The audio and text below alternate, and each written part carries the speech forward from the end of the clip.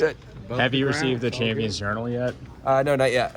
Is there an entry in it to you or to someone else that stands out more than the others?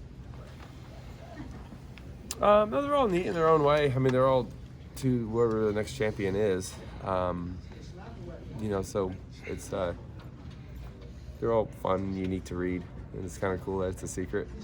Everyone wants to know what it looks like, but we do a good job at keeping that quiet. It's honestly one of the coolest things about winning the championship, and all the credits to Jimmy for starting it. Yeah, he had the thought to even think about doing something. I think he wrote a few letters to himself and but definitely pretty neat. Are you looking forward to reading back through some of the stuff again? Yeah, I will.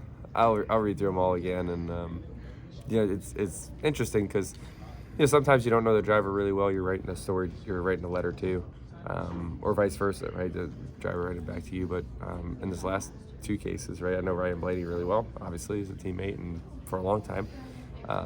Now he's writing a letter back to me, so it's funny. So looking forward to it. Is preparing for the speech this time any different than any of the other times?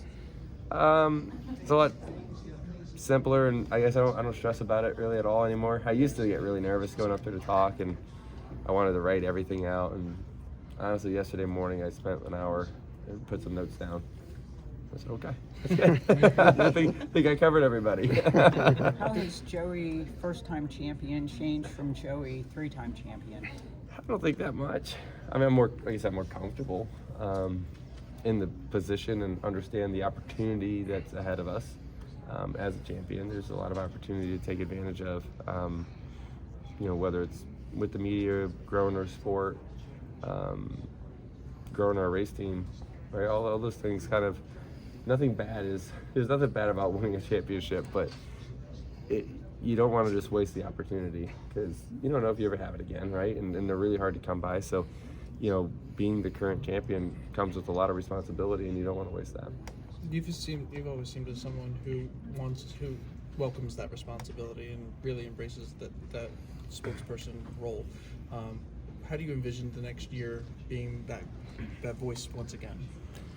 Well, I am only like that because other drivers were like that for me. And to me, that's what a true champion is. Is somebody that understands that we are here because of the people before us, whether it's other media members before you guys, the other drivers before me, the other crew chiefs before those crew chiefs, owners before another. Yeah, there was all those legends grew the industry that we all reap the benefits of today. But if we don't do the same thing for the next generation, then our sport will die.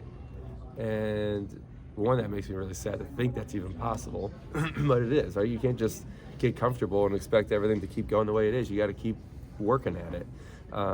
So I look forward to the opportunity to take on that role and help where I can. Right? There's a lot of questions I've asked already, and a lot of things that say, well, can we do this or can we do that, or we could do this a little better next time. It's important to give the feedback back, but also, be looking to do more as well. Has it said in the list that you've joined as a three-time champion, and do you feel like, hey, I'm here, I deserve to be a part of that, or is it still kind of surreal? I haven't thought about it that much. The list is surreal for sure, but it's not the motivator to me. I said that before Phoenix. That's not the driver behind wanting to win another championship. And I got this in my speech tonight, but it's just about the 20 minutes when you get out of the car. Like that's what it's for. That moment when you get out of the car for the first time and you see your family, your team. There's no other moment in your life that you can ever compare it to. And you just want to experience that more than once, right? Once you know what that is, it's incredible. And I think there's only, think about the athletes that I can actually say they've experienced that, right? I mean, you can't see that or feel that any other way besides reaching the top of your sport, whether it's football or the Olympics or whatever it may be. Reaching that moment is really, really neat.